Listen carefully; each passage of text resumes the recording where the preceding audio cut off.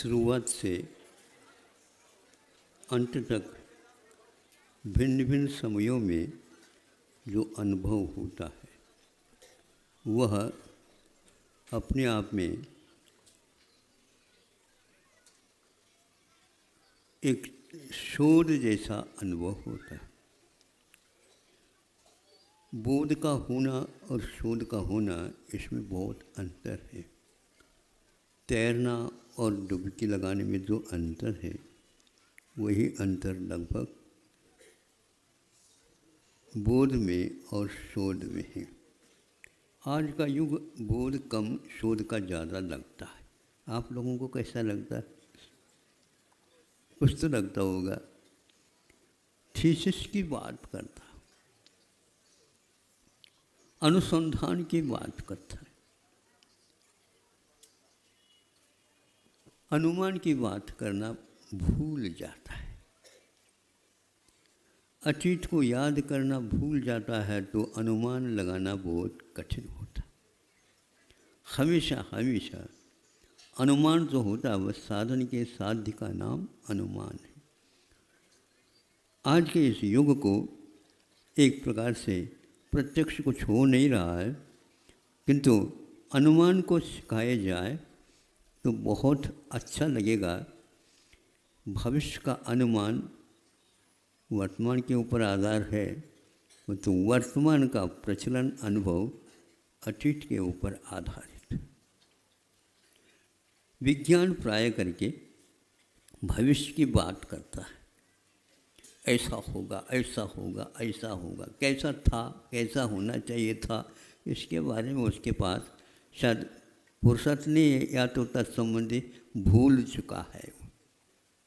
जो व्यक्ति इस विषय को इस ढंग से स्वीकारता नहीं, उसके लिए हम कुछ कह नहीं सकते, लेकिन सामान्य रूप से कहने में चूकना भी नहीं चाहिए।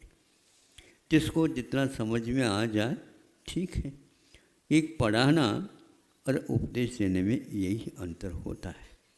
आप रविवार के दिन आते हो या विशेष थोड़ा सा समय निकल करके आ जाते हो, तो उस समय हम आपको पढ़ाना भी चाहते हैं और सुनाना भी चाहते हैं, ताकि आप कुछ समय जा कर के उसका अध्ययन कर सकें। क्रम से जब हम पढ़ते चले जाते हैं, उस अवधि काल में हमें कुछ महसूस भी होना प्रारंभ हो जाता है। प्रतिशत प्रतिभा संपन्न विद्यार्थी हमेशा हमेशा कुछ अनुभव सा जो लगता है उसको मार्क करता चला जाता है, यानी उसको वह अंकित करता है अपने दिमाग में। यह विचार पुनः पुनः सोचनी है और इसके ऊपर हम एक दिन बहुत अच्छे वक्तव्य अथवा कुछ लोगों को सीखने योग्य विषय दे सकते हैं। किताबी विषय को देना और उसके साथ साथ इसको जोड़ करके देना, इसमें बहुत अंतर है।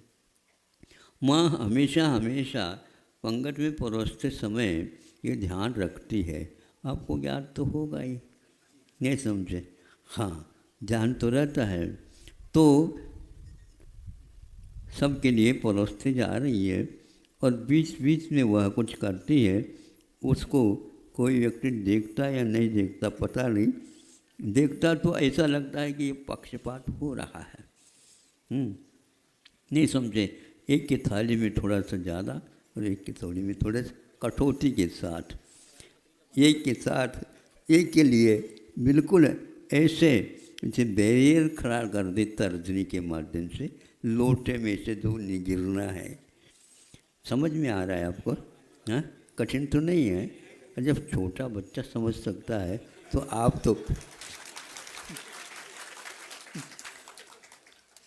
तो छोटे ने कहा, छोटा भैया ये क्यों करते हैं ऐसे? मुस्कान के साथ उसने उत्तर तो नहीं दिया, ना ऐसा नहीं, आपको बताना होगा, आपको बताना होगा। तो बाद में बता देंगे ना, बाद में फिर क्या होगा, अभी परोसने का काम है, बता देंगे हम, अवश्य बताएंगे बेटा। अब बाद में वो पुनः पूछा, कई बार हमने देखा तो ऐसा होता था। ऐसा क्यों होता? देखो बेटा, उनको भी पहले ऐसा ही करती थी। ये समझिए, जब तक उदाहरण नहीं देंगे वो चुप नहीं बैठेगा। हमें चुप कर देगा वो, लेकिन उसको चुप करना तो आवश्यक है। जितनी जो है उतनी उन्हें जो उम्र जो है उसकी जितनी थी उस समय तुम्हारे लिए भी ऐसा किया जाता तो उसको भी ऐसा ही करते थे। ऐसा क्यों किया जाता है? हमेशा हमेशा एक सा होना चाहिए। तुम हमेशा एक सा कहाँ, तुम तो बड़े जा रहे हो, जितने बड़े होते जा रहे हो वैसे वैसे तुम्हारे देते रह जा रहे हैं। अच्छी बात है। तो बड़ों का अलग होता है, मतलब छोटों को अलग होता है। लेकिन छोटा ही बड़ा होता है क्या बेटा? बड़ा अपने बड़ा बन कर के आता है, बताओ। हाँ, ये तो समझ में बात आ गई। तुम्हारी अभी यकृत जो है, जिसको लीवर बोलते हैं, वह कमज़ोर है। बार बार जल्दी जल्दी मान लो बुखार आ जाना, नज़ला हो जाना, नहीं समझे तो ये होता है। नज़ला का अर्थ मालूम है आप लोगों को? हाँ, जुकाम। हाँ, ये जुकाम खाम खाम नहीं रहता है, जुकाम है वो। तो नज़ला क्या होता है? नज़ला बता रहा है स्वयं शब्द, नज़ला, नहीं समझे? निर्जला जैसा, पानी की कमी से और गर्मी बढ़ने से नज़ला होता है। कुछ लोगों का कहना है ठंडक से होता है, ऐसा नहीं। ठंडक से तो भीतर गर्मी जलना प्रारंभ हो जाती है, इसलिए भूख खुल करके लगती है। और ये जो होता है उसमें इस ढंग से नहीं होता। अच्छा, नज़ला ये बताता है एकांत से पित्त के कारण भी नज़ला होता है और अन्य और निमित्त मिलने से भी होता है। तो इसी प्रकार यहाँ एक प्रकार से अवधि रहती है जो हमारे जीवन में पाठ्यक्रम चलता है उसको आत्मसात करते चले जाते हैं, तो अपने आप बिंदु मिलती चली जाती है। आपको पढ़ाया जा रहा है, वह बिंदु से पढ़ाया जा रहा है कि किससे पढ़ाया जा रहा है ये मतलब नहीं, किंतु पाठ्यक्रम के बीच बीच में कुछ ऐसे बिंदु मिलती है जो गुरुजी के लिए भी थोड़ा सोचना आवश्यक हो जाता है। वो भी अपनी गति को थोड़ी से बदल देते हैं। कौन से शब्दों के माध्यम से इस विषय को मैं स्पष्ट कर दूँ। कभी कभी वो ऐसे कर देते हैं, करते करते उसको अधूरा ही रख देते हैं, नहीं समझे, ताकि यह भी सोचना बंद न करें, किंतु घर में जाकर के जितना बताया उतना तो तैयार कर ले। फिर बाद में यदि मान लो इस विषय के साथ और कुछ शंकाएँ जिज्ञासाएँ होती हों तो उसके लिए भी वह रास्ता प्रशस्त करता है। तो दूसरे दिन आता है तो उसको बता देता है इस प्रकार इसको पूर्ण कर लेना। हाँ हाँ गुरुजी, किंतु और भी बात है इसमें। क्या बात है? तो कुछ ये भी लग रहा है। हाँ, यह एक प्रकार से पढ़ाने के उपरांत जो पढ़ता है उसकी सही अपनी देन है। अभ्यास जो करता है वह विद्यार्थी करता है, अभ्यास की ओर लगा देता है, वो गुरु शिक्षक कहलाता है। तो शिक्षक का भी अपना एक रास्ता रहता है और वह अपने आप को सुरक्षित रखता हुआ भी सामने वालों को लाभ देता चला जाता है। कभी मेले खेले में आपने देखा होगा, गए तो होंगे कई बार, और उसी में बच्चों का आधा पैसा खर्च भी हो जाता है, नहीं समझे? झूले में देखा आप लोगों ने? अच्छा, कुछ गौर किया? गौर का मतलब मर क्या? ध्यान दिया? क्या ध्यान दिया बताओ? बच्चे एक एक एक पालना में बैठ करके ऊपर जा रहे हैं और ऊपर जाने के उपरांत नीचे आ रहे हैं। ये ऐसा देखते हैं तो प्रत्येक बच्चे का क्या अनुभव में आ रहा है। जब बिल्कुल शिखर तक पहुंच जाता है उस समय उसके लिए कुछ भय भी लगता होगा, नहीं समझे? कुछ भय भी लगता होगा। और नीचे आने के ऊपर धरती की शरण में हम आ गए, भैया उतर जाए तो अच्छा है, फिर उसको उतारा जाता। लेकिन उतारने का कार्यक्रम और बिठाने का कार्यक्रम वह चलाने वाला करता रहता है।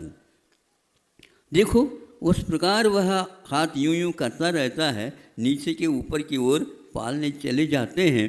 उस समय वह वहीं पर ध्रुव पर खड़ा रहता है। उस झूले की मार उसके लिए कभी भी नहीं होती, और हो सकती है यदि मार पड़ जाए तो बीमार पड़ जाए, वो ये स्थिति वहीं पर गिर जाएगा। इसलिए आत्मरक्षा के साथ शिक्षक भी हमेशा हमेशा विद्यार्थी की ओर दृष्टिपात करते रहते हैं।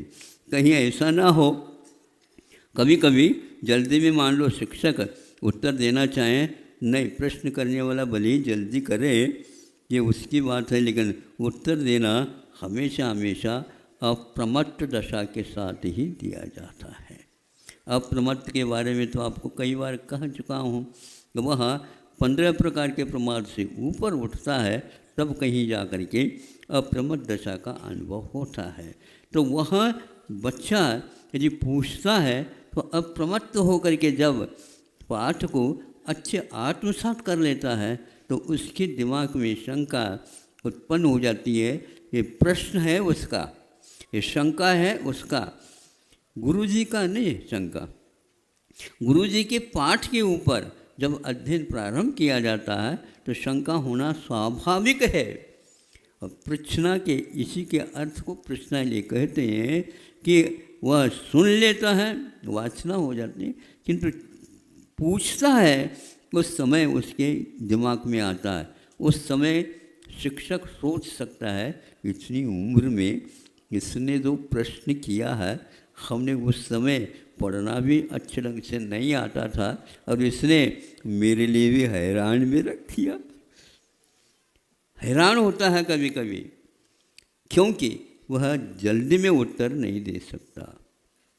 जो जल्दी में उत्तर देता है वह वस्तुतः शिक्षा की कमी मानी जाती।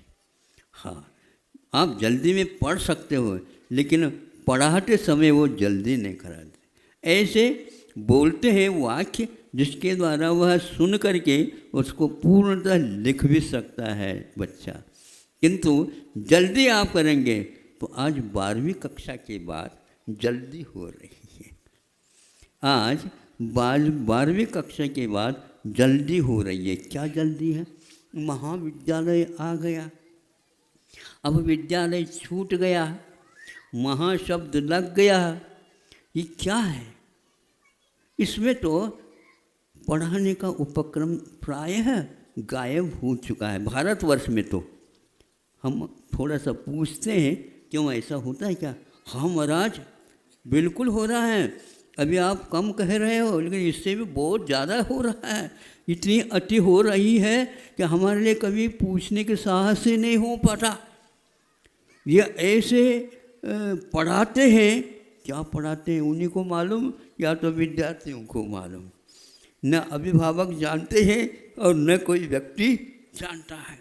ऐसा नहीं, पढ़ाने का अर्थ अलग होता है, और एक प्रकार से प्रवचन देना या भाषण देना अलग होता है। इसको वक्तव्य बोलते हैं।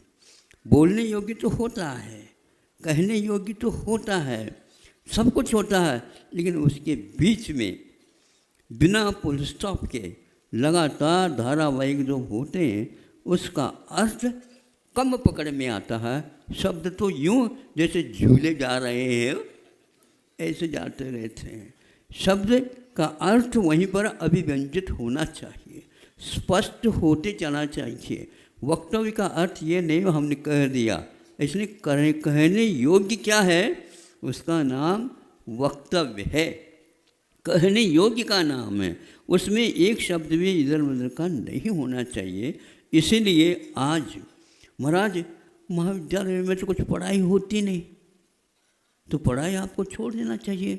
मतलब छोड़ देना चाहिए, यदि छोड़ दें तो प्रमाण पत्र मिलने वाला नहीं। मतलब ये है कि बिना पढ़े भी प्रमाण पत्र मिल सकता है, किंतु जाना अनिवार्य है, क्योंकि उनका जो वेतन चलता है वो उसके ऊपर केवल हाजिरी लेना। यदि ऐसा हो रहा है तो 12वीं कक्षा तक ही ठीक है। भले ही माँ शब्द नहीं लगता है, लेकिन उसको यदि आत्मसात अच्छे ढंग से कर लें तो आगे की कोई आवश्यकता नहीं। ऐसा ही होता रहता, इसको पढ़ाना नहीं कहलाता है। यह एक प्रकार से स्पीकर बोलते हैं इसको, कहीं कहीं पर हाँ स्पीच देते हैं। स्पीच देने के उपरांत तो कोई हम कुछ लिख भी नहीं सकते। आप तो सुनते जाओ, तो कुछ थोड़े पूछते हैं, अपने आप ही आपको आ जाएगा, ये दोबारा आप पढ़ते जाओ।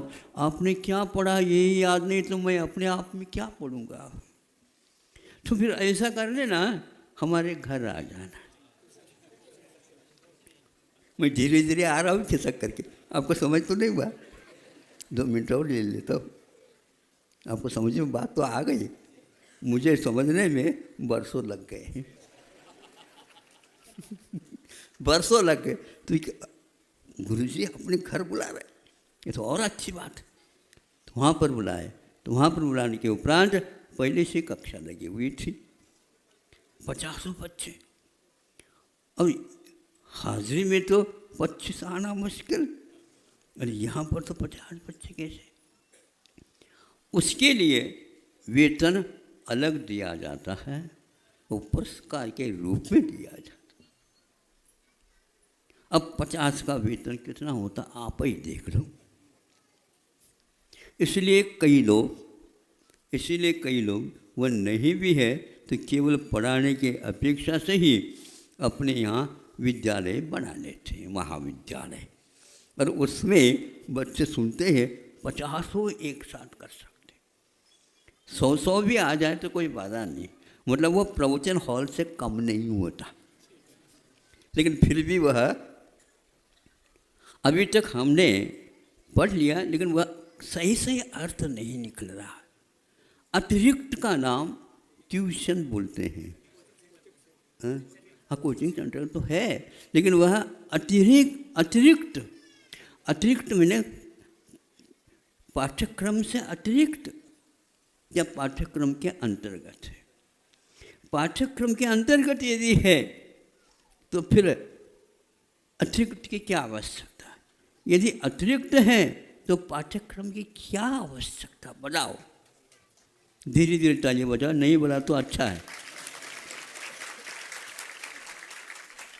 पाठ्यक्रम की क्या आवश्यकता है?